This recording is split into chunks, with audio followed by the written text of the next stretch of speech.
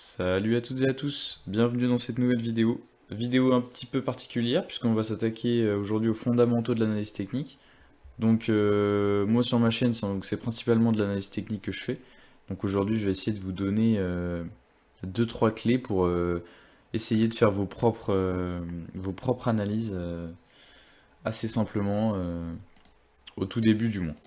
Donc l'analyse technique, donc déjà ça consiste en quoi? Ça consiste en prenant les cours d'une action et en traçant des choses comme par exemple j'ai pu tracer en noir les deux, euh, la résistance et le support.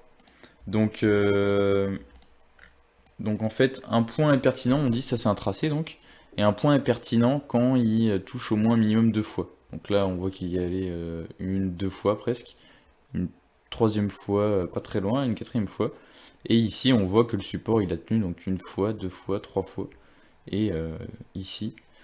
Et ensuite, il est parti vers le bas, donc là, la figure a été validée vers le bas. Donc le signal était à la vente. Donc en gros, l'analyse technique, c'est ça.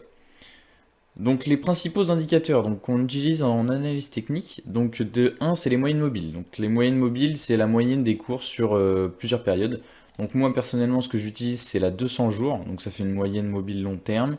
On a la moyenne mobile en rouge qui est de 10 jours, moyenne mobile à 20 jours, et des fois je l'utilise, c'est pas tout le temps, mais la moyenne mobile à 50 jours qui est aussi un indicateur intéressant. Donc voilà. Une autre indication, ce sont les volumes. Donc les volumes, puisque, euh, puisque par exemple on peut voir que dans cette baisse ici, il y a eu énormément de volume. Donc on a tendance à penser que la baisse peut se ralentir puisqu'il y en a quand même qui sont rentrés et d'autres qui sont sortis, hein, mais ça veut dire que les gens se sont mis sur sont allés dans l'action, quoi. Donc le volume très important. Donc généralement une sortie, par exemple, on regarde ici, une sortie de. Ici on est face à un triangle, triangle aussi. Et à la sortie généralement du triangle, ici, on a une hausse des volumes. Donc là, c'est vrai qu'on l'a eu ici, une hausse des volumes, encore hausse, et ça s'est continué, les volumes ont augmenté. Euh, donc voilà, généralement on utilise ça. Ensuite, on a le RSI, donc ça c'est un indicateur, Bon, il y en a plein d'indicateurs, hein, mais lui est particulièrement intéressant. Donc en fait, le RSI, il se manifeste comment? C'est quand vers 70, on dit qu'entre 70 et 80 normalement, c'est la survente. Et entre ouais, 20 et ouais, il a dit 30, mais 35, ça devient de la survente. Donc en fait, on voit qu'ici, on était en survente dans toute cette zone-là. Donc théoriquement, l'indicateur nous disait d'acheter, de passer à l'achat sur la valeur pour une suite de rebonds. Donc imaginons, on serait passé à l'achat dès la survente ici, donc à la clôture, on serait qu'à 0,64%, donc c'est pas énorme. Mais par exemple ici, regardez ici, voilà, on serait passé à l'achat ici, pour viser un objectif, je sais pas, disons de 50 de RSI, donc on serait arrivé ici, tac, on a fait 16%. Donc c'est quelques indicateurs, voilà, donc après c'est pareil à la hausse, hein. Quand il est en surachat, bah, c'est le moment de vendre, puisque pareil, hein, là ici si on commençait à vendre à partir de ce moment-là, pour viser 50 on va dire, voilà, on aurait fait plus 3,40%. Donc généralement c'est un indicateur qui est quand même assez utilisé, hein, assez intéressant. Donc ça c'est pour les indicateurs principaux. Donc déjà quand vous regardez une action, généralement ayez ces indicateurs, toujours sympa. Ensuite, ce qu'on fait en analyse technique, c'est qu'on trace des courbes, donc il y a des obliques haussières, baissières, on trace les résistances, les supports majeurs ou intermédiaires. On peut tracer des triangles, donc triangle comme j'ai fait là. Après, il y a les biseaux descendants aussi, biseaux ascendants, et les pullbacks, donc ça c'est assez, c'est technique, mais c'est tout simple. Donc voilà, donc je vais commencer par exemple pour les supports. Par exemple, la MM200 peut faire office de support ou de résistance aussi. Donc par exemple, on voit bien que ici, donc là c'était 2020, voilà, le crack, le Covid, tout ça. On est venu une première fois, on a tapé sur l'AMM200, donc ça fait une sorte de résistance en fait. Et dès qu'on l'a passé, on venait retoucher la zone de l'AMM200 pour repartir. Donc l'AMM200 est passé de résistance à support. On voit qu'après, elle se servait de l'AM200, l'action se servait de l'AM200 pour rebondir et pour partir. Ici, voilà, on n'y est pas été, mais on peut voir qu'ici aussi on y allait, ici aussi, ici aussi. Par contre, dès qu'on casse la MM200, c'est un signal de vente. Comme quand on passe à la hausse la MM200, c'est un signal à l'achat. Donc ça, c'est très simple. Après, les supports, on peut les tenir aussi, on peut les former comme ça. Par exemple, moi, la vue d'œil, je vois qu'il y a une belle zone de prise sur ces niveaux-là, sur Saint-Gobain. Une zone qui a pu faire résistance et support. Donc moi, j'aime bien cette zone-là. Je la trouve intéressante. On voit qu'ici, elle a pu faire résistance, résistance, résistance. Par contre, une fois que le cours est parti, elle s'est rappuyée sur cette zone-là pour faire support et pour repartir. On voit que là, elle était testée une fois, deux fois, trois fois, quatre fois, cinq fois. Voilà, là on l'a cassé, mais on est revenu six fois, sept fois ici. Donc ça, c'est les supports. Ou les résistances, hein. Les résistances par exemple, une résistance. Qu'est-ce que je pourrais vous montrer comme résistance? Bah ici, oui, on a une petite zone de résistance. Voilà, on va mettre ici. Voilà. Là, on voit que ça avait fait résistance. Ici, bon, ça avait cassé, mais ça fait des niveaux, quoi. Et on voit que quand il y a eu le boule, même quand il y a eu le boule, le cours est venu s'échouer. Donc là, une bougie, c'est une minute. C'est une bougie, c'est une journée, pardon. Donc ça vous laisse à peu près l'ordre temporel. Donc là, on voit que le cours a été et a revendu. Donc le cours n'a pas voulu aller chercher ces niveaux-là. Donc par contre, quand il y allait le casser, il est cassé avec un petit gap à la hausse pour ensuite continuer donc son mouvement aussi. Donc voilà pour les supports, les résistances. Donc les triangles c'est ça en gros, hein, c'est un triangle tout simplement. Ça peut être ascendant comme descendant. Les pullbacks, alors les pullbacks, j'ai un exemple sur le Brent. Donc techniquement c'est très propre. Donc là en fait là on avait un canal haussier. Donc là on a un canal haussier de moyen long terme quand même, hein. Là, ouais, 2020, donc moyen long terme. On voit bien que le cours, le bas du canal a fait office de support, puisque là on voit bien que il a été racheté ici, il a été racheté ici. Voilà, je vais pas vous faire le dessin, mais voilà, il a été racheté à maintes reprises. Et au bout d'un moment, le cours l'a cassé par le bas. C'est un signal à la vente. Néanmoins, dans l'analyse technique, on attend beaucoup les pullbacks. En fait, un pullback, c'est quand ça vient retester la zone qu'elle a cassée. Donc là, voilà, le pullback, il est ici en fait. Le pullback, il est ici. Voilà. On est revenu retester cette zone-là. On l'a cassé une première fois et on est venu la retester. Donc en fait, c'est comme... on peut le faire aussi à la hausse, hein. Donc moi, je sais que cette action-là, je l'aime bien. Euro Happy, c'est techniquement propre. Je sais pas si je vais l'avoir remarqué. Non. Bah, on a une sorte de pullback ici. Donc là, on a affaire à une. Donc ça, c'est plus compliqué, mais donc ça, c'est une GLB, ça s'appelle. Donc c'est au début de la cotation, si vous voulez, le cours fait. Là, il y a de la spéculation au tout début. Et là, on est allé au plus haut dans les 5-6 jours. Généralement, c'est comme ça qu'on la voit. Donc là, c'est 15-114. La résistance, la GLB, quoi. La résistance, c'est une résistance majeure et un support majeur du cours. Donc là, on a essayé de la dépasser, on n'a pas réussi. Par contre, quand on a réussi à la dépasser, et ben on a fait le pullback. On est revenu tester cette zone-là pour après repartir. Donc GLB, c'est ça une GLB en fait. Donc c'est ça un pullback, pardon. Donc on revient retester la zone qu'on vient de casser pour valider la figure. Donc en termes de statistiques, c'est mieux quand le pullback est fait pour repartir à la hausse ou à la baisse dans le sens, dans le bon sens, quoi. Donc voilà, donc un biseau descendant ascendant. Je sais pas si je vais pouvoir vous en trouver un. C'est une forme, je vous invite à regarder sur internet toutes les formes, parce qu'il y en a plein. Mais moi ici, c'est ceux qui sont le plus regardés, le plus tracés par les analystes. Donc généralement, c'est les. Voilà. Moi personnellement j'utilise ça, biseau descendant oui un peu. Moi j'utilise tout ça. Donc voilà. Donc la chose intéressante c'est de combiner donc c'est les tracés que vous faites avec les principaux indicateurs que vous utilisez. Donc votre potentiel de réussite sera plus grand en fait. Ensuite, je vous avais parlé du RSI, donc ça c'est un indicateur technique. Après, il y en a plein des indicateurs techniques. Si on va, on peut garder au rapide si vous voulez. On a par exemple les bandes de Bollinger, donc c'est ce qui est très très connu. Donc ça peut faire office de résistance. Bon, après cette action-là, c'est vrai que pour vous expliquer ça, c'est pas terrible, mais Saint-Gobain par exemple, une vieille action. Euh, donc voilà, c'est ça. Donc quand il y a un potentiel par exemple de baisse comme ça fait office de résistance. On le voit bien. On a là aussi l'exemple. Et aussi quand on va trop vite, et bah on repart souvent à la baisse. Donc on a ici aussi, ici aussi, ici aussi. Donc c'est un petit indicateur. Bon après des indicateurs, il y en a plein, hein. Parabolique de SAR, moi j'aime bien. Ça nous donne juste des points d'achat et de vente quand le rouge apparaît. Bah après c'est après des fois ça marche, des fois ça marche pas. Tout à l'heure je testais là de calculer. Là ça a très bien marché. Ici ça n'a pas du tout marché. Donc les indicateurs, il faut plus les coupler en fait, c'est plus ça qui est intéressant.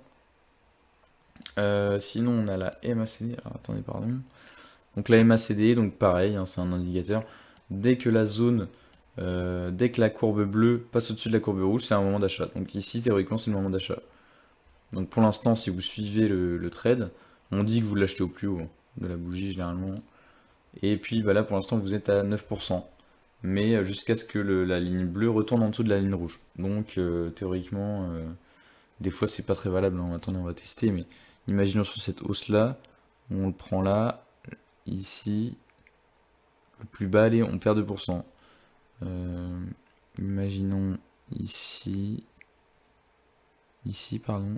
Bon, au plus haut, bah là ça marchera pas non plus. Non, là, mon 0,43. Donc tout dépend du mouvement qu'on a. Mais moi je vous invite surtout à combler à, à coupler les indicateurs quoi. Ce sera un, donc là, voilà, on a plus 11. Donc des fois ça marche, des fois ça marche pas. C'est comme la parabolique de ça. Donc il y a plein d'indicateurs. Soit ça marche pas. Mais généralement, ça augmente quand même votre potentiel de réussite. Après, moi, ce que j'utilise, j'aime bien, c'est le checking money flow. Donc là, c'est tout simplement un peu comme la MACD, un peu comme la parabolique de SAR. Dès que le checking money flow repasse en positif, c'est le moment de passer à l'achat jusqu'à ce qu'il flanche ou il retourne sur sa résistance. Donc, par exemple, là, ça n'a pas marché du tout, hein. Je regardais vite fait. Si on achète au dépassement, ici, au plus haut, et on rachète quand c'est dans le négatif, alors on a perdu 3%. Donc, c'est pas tout le temps. C'est pas tout le temps bien, mais donc, voilà, intéressant. Il y a lequel qui est bien aussi. Ishimoku, je connais pas beaucoup, c'est des nuages, je connais pas beaucoup. Mais il est très utilisé pourtant. Et on a aussi les retracements de Fibonacci. Donc ça, c'est des, par exemple, qu'est-ce qu'on pourrait faire? Retracement de Fibonacci. Donc c'est ça, retracement de Fibonacci. Imaginons, on prend le plus bas du Covid, donc le 19 mars, et on met au plus haut de la hausse. Donc voilà, au plus haut de la hausse, on le met là. C'est les retracements.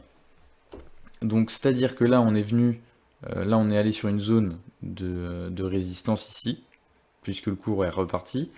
Euh, Fibonacci nous dit qu'on est arrivé, on a retracé 50% de la hausse qu'on a eu depuis le 19 mars 2020, qu'on s'est arrêté sur les 50%. Donc ça, c'est pareil, c'est beaucoup regardé, puisque généralement c'est des seuils, donc le cours peut très bien s'arrêter à 23,6% de la hausse, 38,2, ainsi de suite.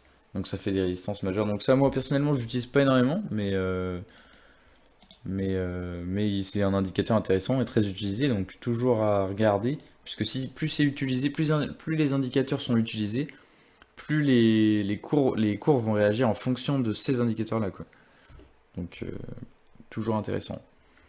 Ensuite, on a les formes des courbes. Donc forme des courbes. On a un drapeau, donc bah là on a une sorte de drapeau hein, d'ailleurs. Là on le voit bien, donc c'est pareil, hein, je vous invite à vous renseigner, regarder sur internet exactement les configurations parce que c'est plus complexe que ça, mais c'est pour vous donner, voilà. Donc un drapeau c'est quand ça va dans une baisse, c'est quand ça baisse beaucoup. Euh, donc généralement le cours, voilà, il fait ça, il fait ça, il fait ça, il fait ça. Après il se reprend, et généralement un drapeau, bah, ça repart vers le bas. Donc là évidemment j'espère pas que ça baissera jusqu'ici, mais généralement un drapeau c'est ça. Voilà. Euh, Une tasse avec anse, donc ça aussi pareil, utiliser, tasse avec anse, c'est quand le cours, imaginons, voilà, il fait ça, il baisse comme ça, et voilà, et il fait ça. Donc là, il y a une tasse avec anse, donc là c'est la tasse, avec la anse, donc pour la petite poignée pour prendre de la tasse, quoi, tout simplement. Et donc on a le potentiel du coup de hausse, donc de là à là, et ben on le retrace de là à là, quoi. Enfin à peu près, hein. Donc le potentiel qu'on a eu ici, sur cette zone-là, ici, on le remet en haut, et ça vous donne votre objectif à vendre. Donc là, si vous êtes dans cette, vous voyez la zone se former, vous pouvez très bien passer à l'achat ici, pour viser l'objectif de baisse qu'on a eu de là à là, en hauteur. Donc voilà, donc ça c'est une forme pareil, hein, c'est une forme. Donc ça c'est la tasse avec anse. Épaule tête épaule, donc peut-être qu'on en a une là. Oui. Bon, pas précise, mais oui, on peut en déduire une. Donc une épaule tête épaule, c'est quand on a... Ouais, bon, attendez. On a une épaule là, c'est-à-dire qu'on a une épaule. On a la seconde épaule. Normalement, ça doit être très proche, mais bon, on va faire à peu près, hein. C'est pour vous expliquer vraiment les formes. Et on a une tête qui est ici. Donc ça fait épaule, tête, épaule. Et quand c'est dans cette configuration... Après, c'est pareil, ça peut être inversé. Ça peut être une tasse avec anse inversée, ça peut être une épaule, tête, épaule inversée. Donc voilà. Et donc l'épaule, tête, épaule. Merde, excusez-moi. L'épaule, tête, épaule. Pareil. Ce qu'on a là, on le réplique ici. Donc là, on a une tête, épaule, oui, parfaite en fait. Puisqu'après, dès qu'on est arrivé là, on aurait pu théoriquement attendre le petit rebond technique et viser à la hausse, viser à la baisse, le même mouvement qu'on avait eu à la hausse ici. Voilà. Donc épaule, tête, épaule, donc c'est ça. Donc voilà pour les. Et puis après c'est pareil, hein, il y en a plein, plein, plein, plein, plein. Là je vous laisse regarder. On a les doubles top aussi, double bottom. Voilà, bon, il y a même triple bottom aussi. Donc là on voit bien que le cours a tapé 3 fois presque, une fois, 2 fois, 3 fois. Donc c'était aussi un signal à la BS. Après là c'est sur des petites unités de temps, donc c'est pas forcément évident à voir. Mais donc ouais, donc il y a pas mal de trucs, donc je vous invite à regarder. Je vous invite à regarder. Donc attendez, je vais vous montrer juste un double bottom sur Atos qui en avait fait un moment, donc c'était intéressant quand même de regarder ça. Donc voilà, c'était ici. Donc là c'était un double bottom. Le cours était allé une fois ici et une seconde fois ici, et donc après voilà, c'était le cours les vendeurs avaient capitulé.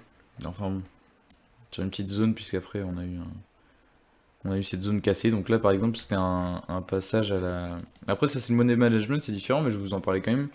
Imaginons, là vous êtes rentré sur ce niveau-là, ou sur ces niveaux-là, vous mettez un stop loss, et bah je sais pas, disons 20-2% en dessous de cette courbe-là.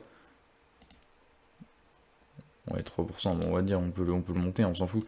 Mais ce qui vous évite de subir toute cette grosse partie de la baisse. C'est-à-dire que si vous êtes rentré, imaginons j'ai une connerie ici, donc oui, vous avez perdu 8% sur votre position. Par contre, aujourd'hui, si vous êtes encore là-dessus, alors attendez, voilà. Si vous êtes encore sur l'action, aujourd'hui vous avez perdu, pas 8%, vous avez perdu 46%. Donc, donc voilà, toujours intéressant. Ensuite, les bougies, donc les bougies, ça c'est une bougie en fait. Donc on a les bougies, les formes des bougies veulent dire des choses. Donc on a étoile du matin, moi je vous ai mis vraiment les grandes, hein, parce que même moi je m'y connais pas, je connais pas tout, mais c'est un indicateur. Donc par exemple ici, on avait un marteau inversé. Donc il faut par exemple pour le marteau inversé, il faut que le corps, enfin la hauteur, soit 2 fois supérieure au corps, minimum. Et que le corps termine pas au plus bas forcément, mais à peu près au plus bas de la journée. Donc voilà. Donc il y a ça. Ensuite, on a une étoile du matin, je sais. Alors attendez. Étoile du matin, étoile du soir. Ce qui nous fait penser que le cours va se retourner à la hausse ou se retourner à la baisse. On a aussi le doji, donc là je n'en vois pas. Bah si, en fait il y en a un là, doji. Donc potentiellement le cours va peut-être repartir à la hausse. Donc sur le grand. Mais donc voilà, donc c'est pareil, hein. Pareil, si je vous invite à vous renseigner pour, euh, pour avoir de plus amples connaissances, puisque c'est vachement complexe quand même. Donc voilà, donc moi ce que je trouve les points forts donc, de l'analyse technique, c'est que ça vous donne des indicateurs donc des mouvements qui vont arriver. Donc soit votre figure est cassée par le haut, donc vous passez à l'achat, soit votre figure est cassée par le bas, vous passez à la vente. Donc dit comme ça c'est simple, mais ça vous donne quand même des indicateurs pour prendre des décisions et puis trader. Voilà.